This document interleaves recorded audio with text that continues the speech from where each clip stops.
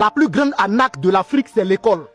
On nous fait passer 20 ans de notre vie assis sur des bancs à nous apprendre que le soleil se lève à l'est et se couche à l'ouest. Mais en réalité, on nous façonne pour devenir des exécutants de ceux qui ne sont même pas sur notre continent. Et après toutes ces années, on sort avec un diplôme dans la main pour se poser une seule question. Qui va m'embaucher? Mais attendez, on t'apprend à manipuler un ordinateur, jamais à en fabriquer un. On t'apprend à chercher un emploi, jamais à devenir le PDG. On t'apprend à devenir professeur, mais rarement à créer ta propre école. Et après, CV sous le bras, dossier dans une enveloppe, concours, stage, encore stage et chômage. L'école africaine est devenue une usine à fabriquer des diplômés, avec le chômage en téléchargement automatique sur les têtes. Et ce qui me met plus en colère, quand un jeune africain fabrique un prototype avec 3 bouts de fer, tout le monde vient prendre des photos avec lui. Regardez notre génie africain. Mais quand il faut sortir l'argent, construire le laboratoire, financer la recherche, transformer son invention en véritable industrie, bizarrement tout le monde disparaît. Et quelques années plus tard, nous importons à prix d'or ce que nous n'avons pas aidé notre propre jeune à produire. Alors j'ai une proposition. Si vous pensez que ce qu'on apprend à nos propres enfants ne peut pas servir à transformer leur propre continent, fermez les écoles.